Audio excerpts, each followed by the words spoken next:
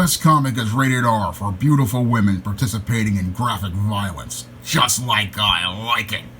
Now available in paperback and e-readers, Isis, Amari's Revenge. The goddess next door is confronted by a Nubian queen out for revenge at the Metropolitan Museum of Art in this inaugural Isis series adventure.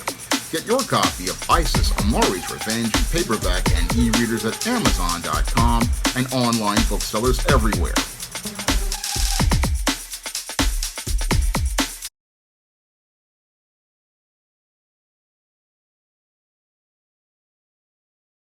Sometimes I'll give a comic a second chance when the first issue doesn't impress me.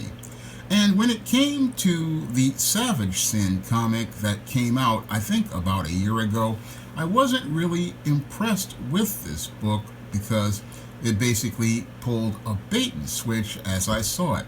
Now, in all of the advertising for the Kickstarter for Savage Sin, we saw Sindara plastered all over everything, and that made me believe that she was going to be the lead character of Savage Sin, and that was an issue I had with the creators as related to their whole execution of the concept of this comic. Because as they were looking to go out here and sell Sindara as the bad girl, sadly what they did was they didn't really do a good job of setting up their story to answer those critical questions that would get me excited about this story as related to the three questions I always talk about, which are: who is the main character, what do they want, and why should we care? Because all throughout the first issue of Savage Sin, instead of us seeing Sindara in action, we get to see basically in this first issue, it's basically a whole book about Garrett Wade. And that was my issue with that first issue of Savage Sin.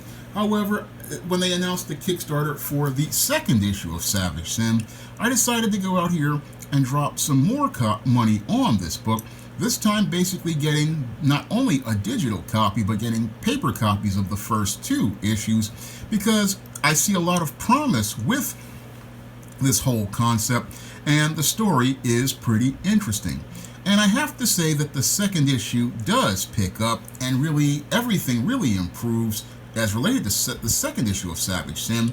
And when I'm reading in Savage Sin number 2, Blood in the Water is one of the best comics of 2024 and a major improvement from the first issue of Savage Sin. Now, that first issue, I had a lot of issues with it because, again, we start out with these characters and we really don't even know their names. One of the things that as a writer you have to do is immediately start introducing us to these characters, letting us know their names, because that's how we get to identify these characters. And if you don't introduce us to these characters effectively, the reader winds up getting lost.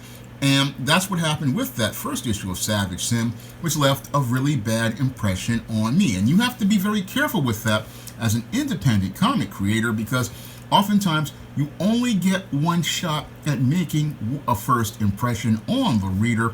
You only get one shot, and if you don't do it all in that first issue, you're going to wind up losing that reader, and you may not get them to pick up the second issue. Now, this second issue of Savage Sin basically looks to clean up all the mistakes they made with the first issue as related to execution of this great concept. And as we start this second issue, we finally start to see the story that Larry P. Higgins has put together with his artist Eduardo Garcia and his colorist Federico Pepito Siak Jr. They've done a great job with the art on this book, but the story finally picks up, and as it picks up, we finally find out who this mysterious woman is, Sindara, this warrior woman who's basically leading the charge against these muck dwellers as related to their champion, the Mogu or whatever it is. And as she's facing off against this big, tough fish man, we see that she's leading her warriors, and as she leads the warriors, she's getting ready to face off against this Modu, who is the leader of these muck dwellers, and getting ready to face off in some intense combat. And the combat here is extremely intense and really reminds me a lot of Sif from the Mighty Thor comics and Xena Warrior Princess.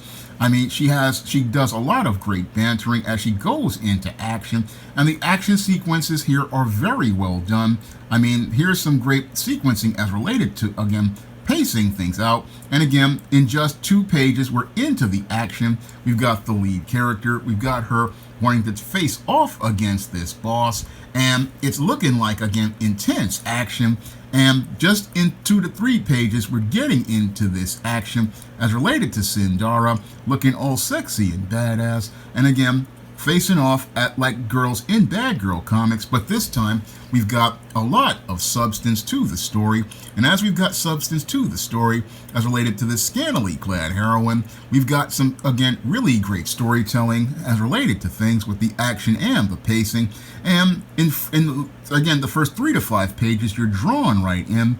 And we're drawn right in, and we start to get to know Sindara, which I wish we could have seen in that first issue. Just let us know her name. I mean, I guess we're seeing it from Wade's perspective, but as related to that first issue, which was basically revolving around, Garrett Wade's first time on the island. But that basically throws the book off. But this second book, written from a bit of a third-person perspective, basically, again, gives us a more balanced picture.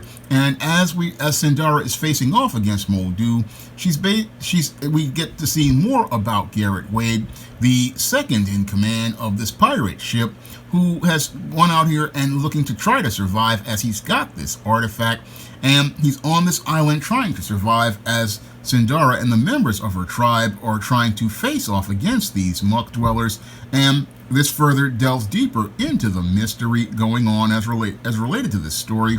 So there's a lot going on here as related to this story. I don't want to give it all away because, again, I don't like to give away too much of the work of great comic creators like Larry Higgins and Eduardo Garcia and the team here. They have done an absolutely fantastic job on Savage Sin #2, and Savage Sin #2 has a lot more story than the first issue. Now, this is supposed to be a part of a 3-issue arc. This is what they said on the Kickstarter, and from everything I've seen in this second issue, I'm ready to go out here and pick up that 3rd issue, ready to put in that pledge. And I have to say that the team on Savage Sim really has improved as related to their craft, as related to storytelling. Everything here is so much better than the first issue. I mean, we get introductions to characters, we get this fast-paced action, we get lots of great character development. I mean, everything here is exceptionally well done, and this is one of those books that many people on Comics YouTube, again, won't talk about at all, but I go out of my way to talk about it because I love comics, and I want to see more readers pick up comics, and I'm hoping that the team here at as related to Savage Sin do have a plan to basically get their books out as related to back issues, as related to going outside of Kickstarter, because I would like to see more comic creators basically have an infrastructure set up so that they can go out here and sell their comics to readers outside of crowdfunding, because you really want to be able to do this where the books can be sold. And this is one that I believe did well in the 1990s on a comic shop rack. I believe this book could have done as well as Witchblade, because this book basically is very compelling. It's just as compelling as Witchblade was back in the day. And you won't be disappointed with Savage Sin. You won't be disappointed with the story of Sindara and Garrett Wade. I mean, everything is just starting out with this second issue. This is where the story really picks up, and you really want to pick up a copy of Savage Sin, Blood in the Water second issue, and go pick up the first issue. You won't be disappointed with this book. No, this one is a lot of fun, and it basically, again, reminds me of why I loved to collect comics back in the 1980s and still love enjoying reading comics at 51 right now. I mean, this is the kind of comic that, again, a lot of teens would go out here and pick up at the comic shop back in the 90s when the Bad Girl craze was going on. But what's really good about this comic is the storytelling. The storytelling is just far more improved. We're seeing, again, the introduction of character names, the introduction of building the action, and seeing an expanded world with Savage Sin's second issue. And the second issue leaves off on a great cliffhanger that will again have you counting down the days, like I'm counting down the days, to get that third issue of Savage Sin. This book, again, is just absolutely fantastic. And if you like your bad girls like Witchblade and Lady Death and many of the bad girls out there, you're going to love Sindara and love this story, because this Savage Sin, again, is all savage action, all action and adventure, and is wall-to-wall action like we used to get back in the day. And again, if comics were this good at Marvel and DC, they would be having their sales go up. And I'm hoping that Savage Sin gets more sales with each passing issue, because this is a book that I believe would be one, if you like your bad girls, this would be one for your collection. Now, my first full comic, John Haynes at Death's Door, is available on Lulu.com right now, and you can pick up a paperback copy by clicking the link in the description box. And I've got lots of hot women in my action-packed series on the SJS Direct imprint, such as the ISIS series, such as the Esteem series, and books like the Spinsterella trilogy. Got a lot of hot, sexy women that are in my books, and just like my upcoming book, Spinsterella Goth Girl Summer, which this is the cover of Spinsterella Goth Girl Summer that's going to be coming out next year in 2025. And this is the type of women that I put in my books. They are, again, having strength of character and are just extremely attractive. And you can get to know those women in the SJS Direct universe by picking up the books in the ISIS series, the Esteem series, and books like the Spinsterella trilogy and my vampire novel, Eternal Night.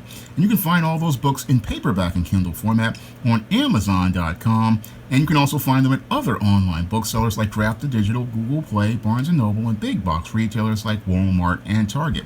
And if you'd like to see me be able to make more books that feature the women of the SJS Direct universe, or be able to help me put together the next SJS Direct comic, which I hope to feature Isis the Goddess Next Door, you can drop a donation to the Patreon, PayPal, or Cash App by clicking the links in the description box. And I also use that money to be able to help out other indie creators, like the creators of Savage Sin, by dropping pledges on their Kickstarter and making great content to help get their books more exposure on social media. That's all I have to say for this video. You can comment, rate, and subscribe. Now available in paperback and e-readers, E-Steam Horror of the Hyena Woman. Hell's aspiring angel takes on a wicked werewolf in this action-packed, all-new E-Steam series adventure. Get E-Steam Horror of the Hyena Woman in paperback and e-readers today. Now available in paperback and e-readers, Isis, Revenge of the Cyber Goddess. The Goddess Next Door takes on the threat of a deadly digital diva driven to destroy the world in this action-packed, all-new Isis series adventure. Get Isis, Revenge of the Cyber Goddess, featuring a bonus pin-up and the other 2 books in the Cyber Goddess saga at online booksellers everywhere today.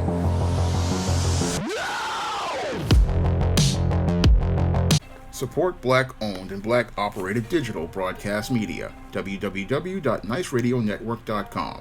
Nice Radio Network, broadcasting 24 hours a day, 7 days a week.